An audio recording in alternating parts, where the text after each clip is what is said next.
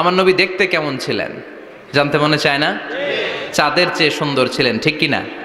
চাঁদের চেয়ে সুন্দর তুমি নবী আমার কামলিওয়ালা, চাঁদের চেয়ে সুন্দর তুমি নবী আমার কামলিওয়ালা, দু জাহানের বাদশা তুমি প্যারা নবী সাল্লে আলা, দু জাহানের বাদশা তুমি প্যারা নবী সাল্লে আলা, চাঁদের চেয়ে সুন্দর তুমি নবী আমার কামলিওয়ালা, ঠিক কি না?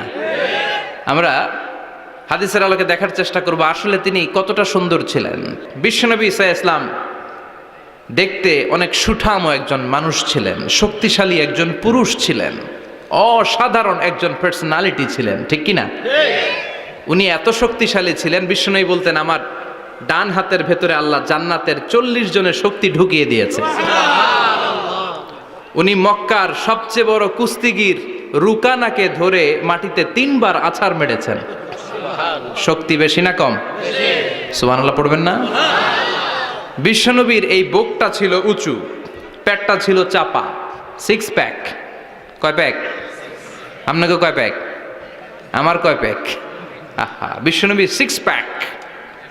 তবে শেষকালে একটু গায়ে গোশত বেড়ে গিয়েছিল, কিন্তু ইয়াং অবস্থায় 6 প্যাক। জন্য যুবক ভাইয়েরা অলওয়েজ কিপ ফিট, ফিট থাকবা, এক্সারসাইজ করবা, খেলাধুলা করবা, জিমনেশিয়ামে যাবা, কারণ আল মুমিন আল কবি খায়রুম মিনাল মুমিন আদ দাঈফ। বিশ্বনবী বলেছেন শক্তিশালী মুমিন দুর্বল মুমিনের চাইতে আল্লাহর কাছে অনেক বেশি প্রিয়। সুবহানাল্লাহ। কারণ আমরা যারা দুর্বল জিহাদের ময়দানে আমরা এক দৌড় দিয়া বেহুশ, ঠিক কি না? এই যে 71 সালে পাক হানাদার বাহিনীদের সাথে যুদ্ধ করছে কি বুড়া মানুষেরা? না, আমার দামাল ছেলেরা, যুবক ভাইয়েরা। বিশ্বনবী সাল্লাল্লাহু আলাইহি ওয়াসাল্লাম অলওয়েজ ফিট থাকতেন। আমরা শুনছিলাম উনি দেখতে কেমন ছিলেন? 6 প্যাক ছিলেন। কি ছিলেন? 6 প্যাক বুঝুন তো? এখানে 6টা প্যাক থাকে, মুরব্বীরা কয় না বুঝি না। আচ্ছা, 6টা প্যাক মানে খুবই স্ট্রং, খুবই স্ট্রং ছিলেন। সুবহানাল্লাহ পড়েন। ওয়াকানা কাফুহু আলিয়ানু মিনাদ দিবাজ। বিষ্ণুবীর হাত, এই হাতের তালু রেশমের কাপড়ের চেয়ে বেশি সফট ছিল। Softer than silk, softer than silk, সিল্কের চাইতে বেশি সফট। সিল্কের কাপড় চিনেন না? জর্জেটের কাপড় ধরতে কোমল লাগে, মোলায়েম লাগে। বিশ্বনবীর হাতের তালু এর চাইতেও মোলায়েম। এই জন্য এই মোলায়েম হাত যদি কেউ মুসাফা করার সুযোগ পাইতো, কেউ আর হাত ছাড়তে চাইতো না। আর বিশ্বনবীর অভ্যাস ছিলেন, বিশ্বনবী কারোর সাথে মুসাফা করলে, যার সাথে মুসাফা করেছেন উনি হাত টেনে না নিলে বিশ্বনবী ওনার হাত টেনে নিতেন না। আল্লাহু আকবার পড়বেন না? কি অসাধারণ ব্যক্তিত্ব ছিল। হাতের তালু ছিল সফটার দেন সিল্ক। ওয়াকানা রাবাআতাম মিনাল কওম লাইসা বিত-তাবিল ওয়ালা বিল কাসীর। বিশ্বনবী দেখতে একজন মাঝারি গড়নের লোক ছিলেন, খুব লম্বাও না, খুব খাটোও না।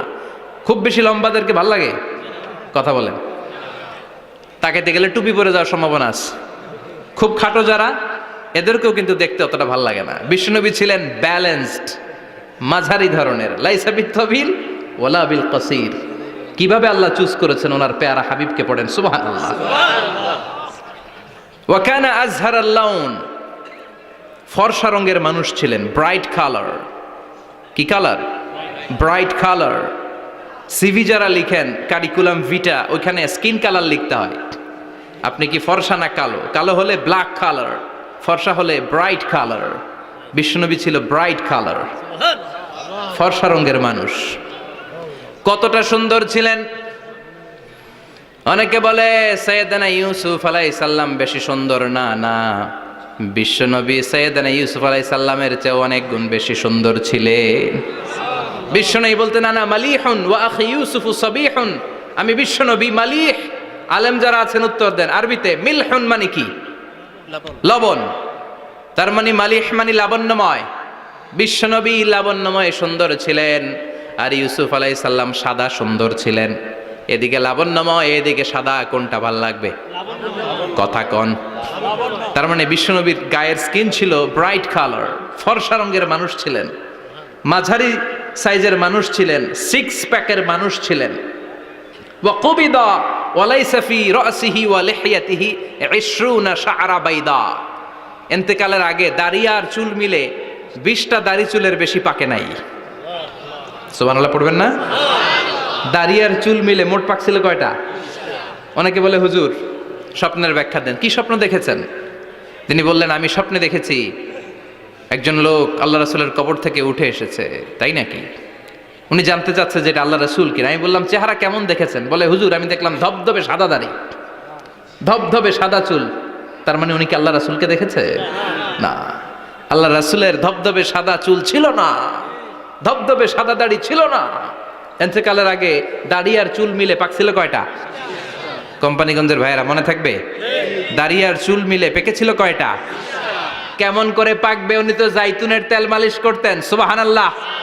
এজন্য আল্লাহ কসম করে বললেন ওয়াত্তিনি ওয়াজ-জাইতুনি ওয়া তুরি সিনিনা ওয়া হাযাল বালাদিল আমিন। তিন ফলের কসম, জাইতুনের কসম, এই তিন জাইতুন যারা খাবে তাদের দাড়ি চুল সহজে পাকবে না। জাইতুন চিনেন? Olive oil. জলপাই আছে না, আরব দেশের জলপাইকে বলে জাইতুন। তাম্বুতু বিদ্দিহিনি ওয়া সিবগিল লিল আকিলিন। এটার অনেক কাজ।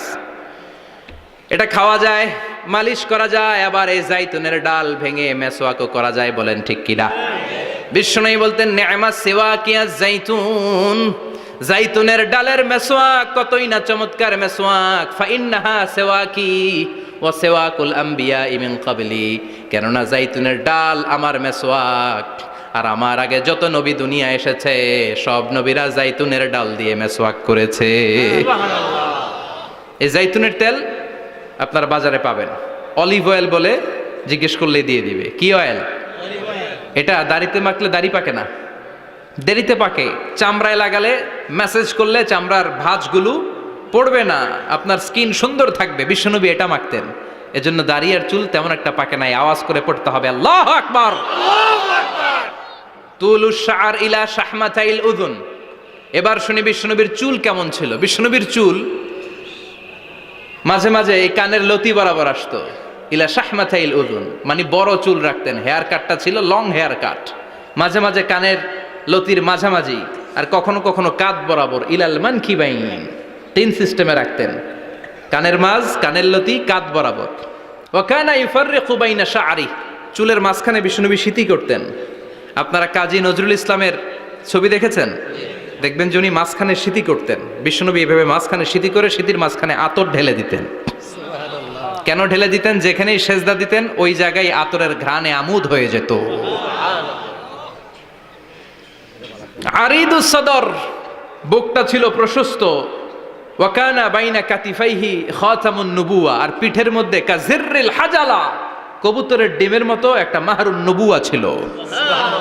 উনি যে শেষ নবী, উনি যে প্রফেট, দ্য লাস্ট মেসেঞ্জার, এটা প্রমাণ। আল্লাহ সিল মেরা দিছে বাম দিকের কাঁধে, ডান দিকে না। কোন দিকে? সাহাবারা যারা এটা দেখেছেন তারা বলেছেন যে আমরা দেখেছি এর মধ্যে কিছু চুলও ছিল, একটু লালচে ছিল, একটু উঁচু ছিল। বিশ্বনবীর পিঠে বাম দিকে খাতামুন নবুওয়া ছিল, মাহরে নবুওয়া। কোন বর্ণনা এসেছে উনি এই মাহরে নবুওয়া দিয়ে পিছন দিকে দেখতেন। বিশ্বনবী যখন নামাজ পড়তেন উনি বলতেন ইস্তাকিমু ওয়া আতাদিলু ইয়ারহামুকুমুল্লাহ, কাতার সোজা করো, ফাঁকা জায়গা বন্ধ করে দাও, কারণ আমি সামনে যেমনি দেখি পেছনেও তেমনি দেখি। অনেকে বলেন বিশ্বনবী পেছনে দেখতেন এই মাহরে নবুয়তের জায়গাটা দিয়ে। এটা ছিল বিশ্বনবীর behind CC camera, behind close circuit camera. আল্লাহু আকবার। বিশ্বনবী ছাড়া কোন নবীর পিঠে এরকম মাহরে নবুয়া ছিল নাকি? কথা বলেন। এজন্য ওই নবীরে গালি দিলে সহ্য হয়? কথা বলেন, সহ্য হয়? আবিয়াদুল ইবতাইন, বগল ছিল শুভ্র সাদা। আমাদের বগল কি সাদা? দুর্গন্ধ, কুৎসিত, কালো, তাই না? বিশ্বনবীরটা কালো? কথা কন, শুভ্র সাদা। আমরা দোয়া করি এভাবে। বিশ্বনবী মাঝে মাঝে দোয়া করতে করতে বৃষ্টির জন্য যখন দোয়া চাইতেন, আরাফার ময়দানে যখন দোয়া চাইতেন, দোয়া করতে করতে হাতটারে উপরের দিকে করতেন। সবাই এরকম হাত তোলেন, সবাই হাত তোলেন। বিশ্বনবী মাঝে মাঝে আবেগের চোটে এইখান থেকে হাতটা এই জায়গায় নিয়ে যেতেন। সুবহানাল্লাহ। বিশ্বনবী যখন হাত আবেগের চোটে উপরের দিকে উঠাতেন বিশ্বনবীর বগল দেখা যেত।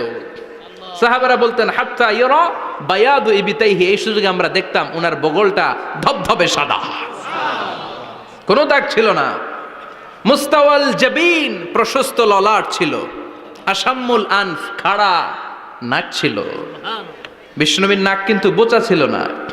এরকম চ্যাপটা নাকরে আপনারা কোম্পানিগঞ্জে কি বলেন? চাকমা? কি নাক? হ্যাঁ, বুসা, নাক বুসা বা বোচা। বিশ্বনবীর নাক এই চাকমা স্টাইলে নাক ছিল না, খাড়া ছিল, খাড়া নাক ছিল। সুবহানাল্লাহ পড়ে। মুফাল্লিজুল আসনান, দাঁতগুলো ছিল পরিপাটি। বিশ্বনবীর দাঁতের দিকে তাকালে, বিশ্বনবীর হাসির দিকে তাকালে মনে হতো হাসিতে যেন মুক্তা ঝরে।